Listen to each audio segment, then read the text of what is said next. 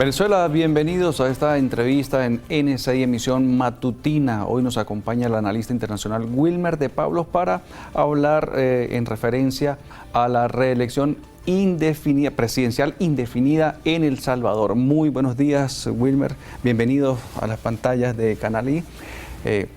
Bueno, un tema muy interesante, ¿no? Que nos llega de El Salvador, como esta reelección indefinida presidencial, Wilmer. Sí, bueno, primero que nada agradecer a Canal I por la invitación en el marco de este noticiero matutino, ¿no? Y estamos, Jorge, en presencia de un tema muy importante que está vinculado a la reelección que hoy existe ya en El Salvador, que la anteceden además dos experiencias como la nicaragüense y la venezolana. Una reelección, esto se aprobó el pasado 31 de julio en la Asamblea Legislativa, ¿no? No se le consultó al pueblo. ¿Qué opinión tiene sobre esto? Primero hay que entender el contexto político de El Salvador, ¿sí? Entender que el Partido de Nuevas Ideas gobierna en El Salvador, que tiene su mayoría en el Parlamento salvadoreño, y que el partido de Bukele hizo la propuesta, presentó la propuesta ante el Parlamento, y el Parlamento procedió a la modificación específica de los artículos 75, 80, 152 y 54, y además de una vez la modificación del 248 constitucional en el marco de la ingeniería constitucional de este país a los efectos de futuras reformas. Okay. Fueron 57 diputados de 60, porque la mayoría ahí en esa asamblea es, como bien lo decías, de Pablo, es oficialista, por decirlo de alguna manera. Los pro y en contra que pudiera tener esta reforma en este artículo específico, ya los nombraste, pero en este artículo específico sobre la reelección presidencial indefinida.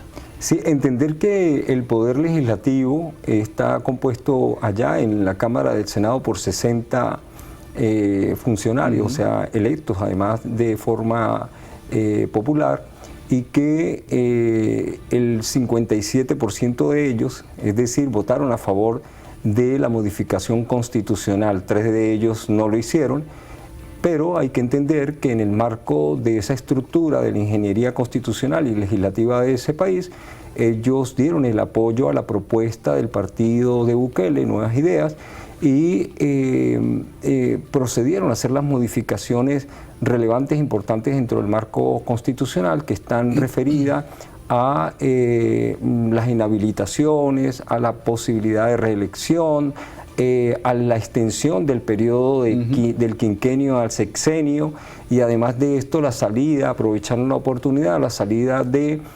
Parlamento el Parlamento centroamericano.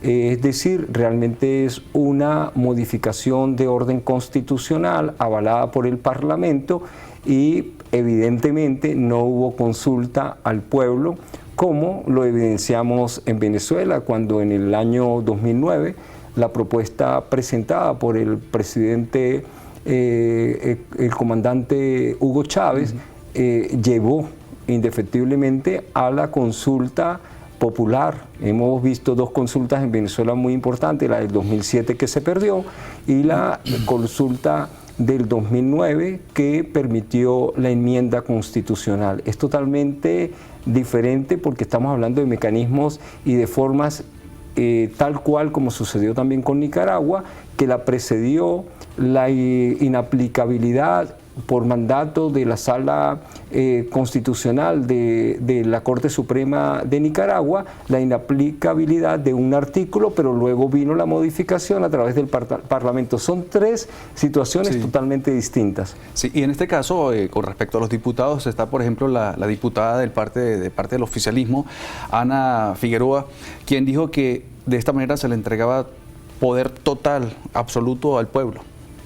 Sí, bueno, hay una diatriba a lo interno, ¿no? Hay una oposición que dice y afirma que están en presencia, por supuesto, de una dictadura a partir de esta reforma constitucional, y por supuesto hay quienes dentro del acompañamiento del Partido de Nuevas Ideas dicen que es una modificación que además legitima la participación del pueblo, lo que evidentemente no es así, ¿no? Es realmente la actuación del partido, de nuevas ideas al proyecto, aprovechando la oportunidad histórica de que son mayoría en el Parlamento para hacer una modificación, como lo dice la mediática internacional, al corte y costura de Bukele para la reelección indefinida, que además permite adelantar el periodo de elecciones para el año 2027. Sabes que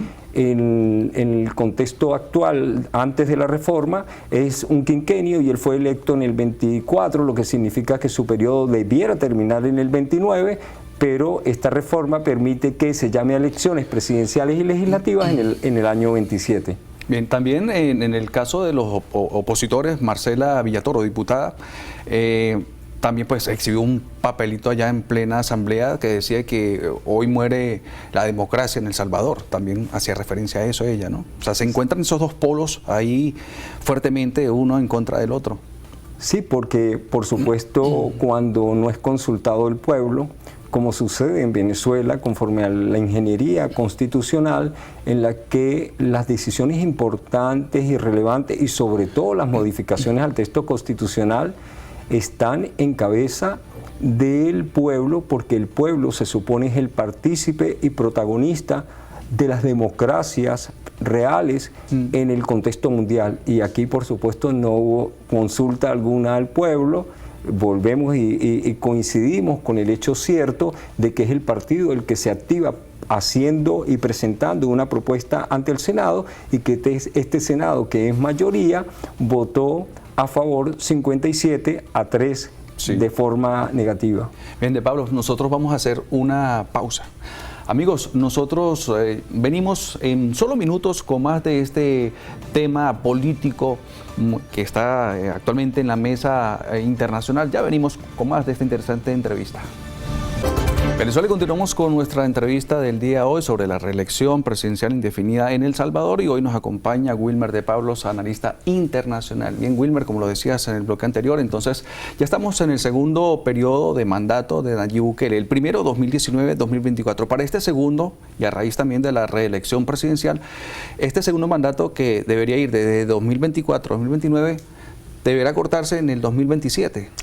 Es importante, sobre todo para nuestros usuarios, definir que en el contexto, en el continente americano, existe las reelecciones, la reelección indefinida, la consecutiva y la no consecutiva. Normalmente lo que veíamos ahora en El Salvador era reelección consecutiva, es decir, 1 o 2 periodos, pero no más. ¿Qué es lo que se hace aquí? Una modificación de orden constitucional avalada por el Congreso de este país y propuesta además por el partido que es mayoría, el Partido de Nuevas Ideas.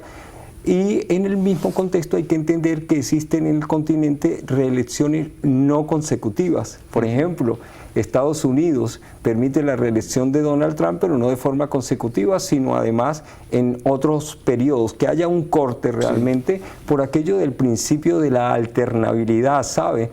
Que para muchos autores la alternabilidad realmente, que es un principio de la democracia, en el contexto actual responde a un mecanismo y una fórmula de fraude, porque por ejemplo si nosotros analizamos el contexto de lo que se llama democracia en Estados Unidos, sabemos que Estados Unidos no es una democracia, que Estados Unidos es una corporocracia que responde no a los intereses del pueblo, sino a los intereses de las corporaciones. ¿Cuáles corporaciones? Las corporaciones de la guerra, las corporaciones de la tecnología, de las farmacéuticas, de la banca, de la finanza, y por supuesto ellos utilizando la alternabilidad hablan de demócratas y de republicanos que se alternan en el poder, pero lo que realmente gobierna tras bastidores es el deep state, el Estado profundo. Allí hay realmente una visión fraudulenta del propio principio de alternabilidad. Lo veíamos en Venezuela antes de la llegada del comandante presidente Hugo Chávez, cómo se alternaban en el poder los adecos y los copellanos,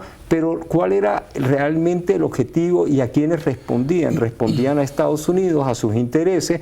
Por eso es que después de un siglo Venezuela se encontraba con un 80% de la población sumergida en la pobreza, mientras que nuestros recursos, el petróleo sobre todo, era llevado y regalado prácticamente a Estados Unidos. O sea, estamos en presencia también del principio de alternabilidad, que se supone un pilar de la democracia, pero que detrás de todo esto simplemente nos encontrábamos frente a una fachada. ¿Y qué sucede ahora en El Salvador? Bueno, estamos en presencia de un presidente que se elige y luego se reelige de acuerdo al principio de consecutividad del poder, pero que hoy necesita más tiempo para cumplir, por supuesto, con los proyectos y objetivos del D-State, que es a quien responde realmente Nayib Bukele en El Salvador, y por eso se despiertan las alarmas, porque no consulta al pueblo, porque realmente su objetivo evidente, público, notorio, comunicacional,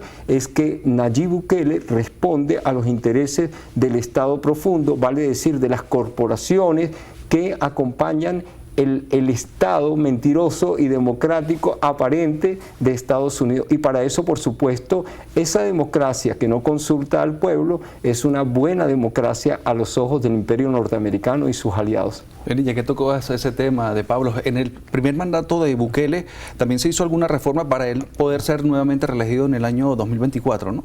Sí, efectivamente. Para hacerlo de manera consecutiva. Claro, efectivamente de eso se trata, o sea, ir haciendo los cortes constitucionales en el marco de la ingeniería, acompañados, por supuesto, con una actuación que además es fraudulenta desde su primera elección, porque es un hecho público, notorio y comunicacional, que la Constitución fue amañada nuevamente, por eso la importancia de la modificación del artículo 248 actual de la Constitución, que le permita hacer futuras modificaciones, ir haciendo los cortes correspondientes para responder desde el punto de vista económico, territorial, soberano. Es una forma de actuación como la que vemos en Argentina con todo lo que está sucediendo cuando Milei poco a poco va desintegrando toda la soberanía, va entregando todo el Estado a los intereses de ¿quién? De las corporaciones que manejan Estados Unidos. Y la gran diferencia en estas reformas, por ejemplo, entre El Salvador y Venezuela es que en Venezuela sí se le consultó a la gente, al pueblo, ¿no? En El Salvador estas decisiones las toman en el Congreso, mayoría del partido del presidente Bukele y no... Jorge, y porque además es ya una actuación reiterada del presidente de la República, en este caso del presidente Nicolás Maduro, la consulta que se le hace al pueblo hasta el momento actual. Hemos visto cuántas consultas se han hecho solamente en un año, siete consultas, pero además están dirigidas a las bases, ¿no? a lo más cercano al pueblo, cuando se le pregunta cuáles son los proyectos que ustedes consideran que deben financiarse. Estamos en presencia de un mecanismo referendario, o sea, de una consulta de orden dirigida al pueblo, a las bases, en base al principio de la participación y protagonismo del pueblo, que nos dejó además el comandante Chávez en la reforma constitucional que se hizo en la novísima Constitución de Venezuela. En Venezuela siempre se consulta al pueblo para los temas más importantes y sobre todo cuando se trata de temas estructurales que están vinculados con la propia Constitución.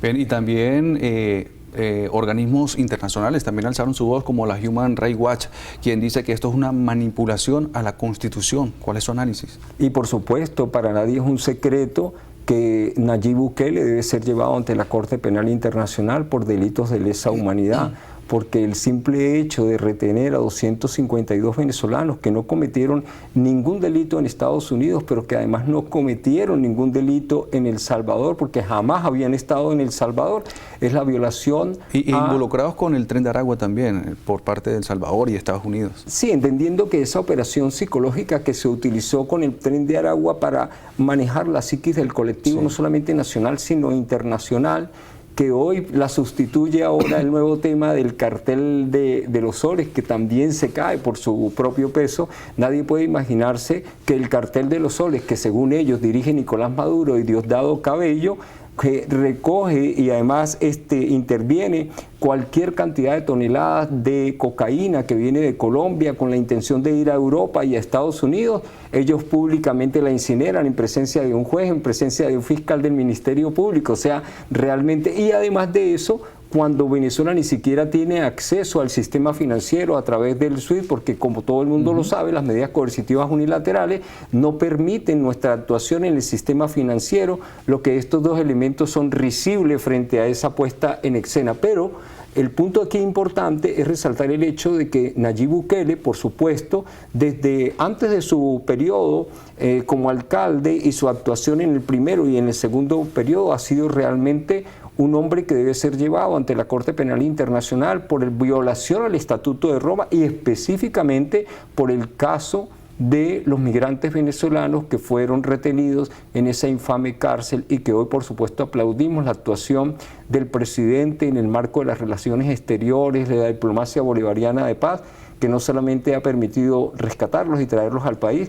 sino que vemos lo que están haciendo a través del programa Vuelta a la Patria, cuando se ha traído cualquier cantidad de venezolanos y sobre todo de niños al país. De Pablo, nosotros vamos a hacer una nueva pausa. Amigos, ustedes no se aparten porque nosotros continuaremos con más de esta entrevista sobre la reelección presidencial indefinida. Ya venimos.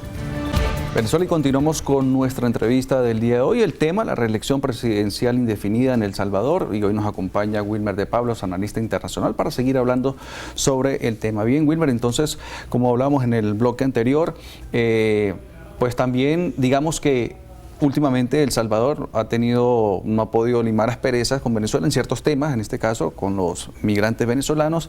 ¿Qué se espera entonces con Nayib Bukele, que busca la reelección indefinida?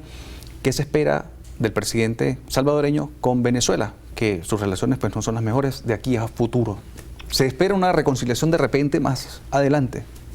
Por mandato del texto constitucional venezolano, conforme al artículo 236, numeral cuarto de la Constitución, el presidente Nicolás Maduro es el director de las relaciones exteriores de forma exclusiva y excluyente, que normalmente la dinamiza a través del organismo correspondiente, que en este caso es la Cancillería, a través, por supuesto, de nuestro canciller Iván Gil y los viceministros que le acompañan, sobre todo en este caso específico del viceministro de América Latina, que es Rander Peña, ¿sí? Nosotros debemos recordar que el presidente Nicolás Maduro actúa en el marco de una doctrina bolivariana, nuestra doctrina histórica de más de 2 siglos, la doctrina de Bolívar, rescatada por el comandante Hugo Chávez, en el que la paz, el diálogo son elementos fundamentales. El presidente Nicolás Maduro es un hombre del diálogo. El presidente Nicolás Maduro, en su visión estratégica, en el marco del trabajo que antecede con el presidente Chávez, recordemos que el presidente Nicolás Maduro fue su canciller, maneja siempre la visión de apertura, de estar dispuesto a pasar las páginas en la historia. Por supuesto, hay cosas que deben concretarse porque la violación de derechos humanos deben llevarse ante la Corte Penal Internacional, entendiendo además, Jorge, que estos organismos de Naciones Unidas se encuentran muy desprestigiados, porque estas estructuras están permeadas, están instrumentalizadas y financiadas por el D-State, por el Estado profundo. Por eso es que nosotros vemos al frente de estas estructuras a funcionarios del Mossad, a funcionarios de la CIA, y solo basta recordar la actuación vergonzosa del director de la Organización Internacional de Energía Atómica, que abusando y usando el privilegio de la información del hermano pueblo de Irán, la facilitó a Israel para el ataque. Pero sin ir mucho más lejos, recordar al funcionario de la CIA que hoy dirige como alto comisionado de derechos humanos en Ginebra esta comisión, que siempre está allí pendiente para atacar a Venezuela en el marco de los derechos humanos. Y tú te preguntas dónde está su actuación diligente en relación a El Salvador, por ejemplo, en el caso de todos estos privados de libertad con violaciones más elementales derechos, el derecho a la defensa, el debido proceso, el derecho a ser juzgado por un juez natural y sobre todo ahora que el fiscal general de la República, Tarek William Saab, a quien por supuesto felicito y aplaudo de pie, ha recogido los testimonios para llevar ante la Corte Penal Internacional las denuncias correspondientes. Además lo están haciendo las propias víctimas de forma individual y acaba de crearse en Venezuela en el marco de un foro reciente de Más Humana la Humanidad que dirige la directora del Instituto de Historia, nuestra compañera Blanca Ecao, donde se creó un nuevo movimiento de mujeres, las madres que son víctimas también por el abuso, la violación de todos estos jóvenes que estuvieron en las cárceles infames del SECOP. Hombre, Wilmer, y antes de que se nos pase, fueron 5 los artículos que se modificaron últimamente, el pasado 31 de julio en El Salvador, ¿verdad? Entre ellos también está eliminar la segunda vuelta electoral. ¿Por qué? ¿A qué se debe eso? ¿Qué busca Nayib Bukele con esto?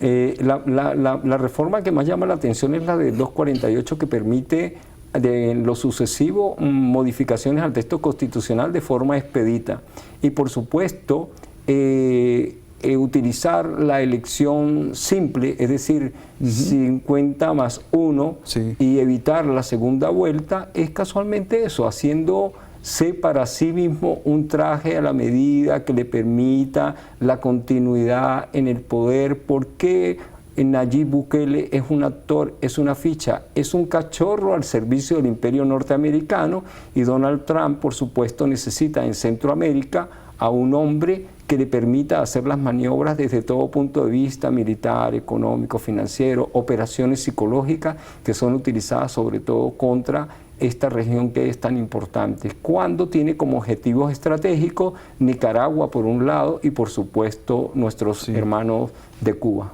Y también unido a esta estrategia, como bien lo decías anteriormente, el periodo se subió de 5 años a 6, ¿no?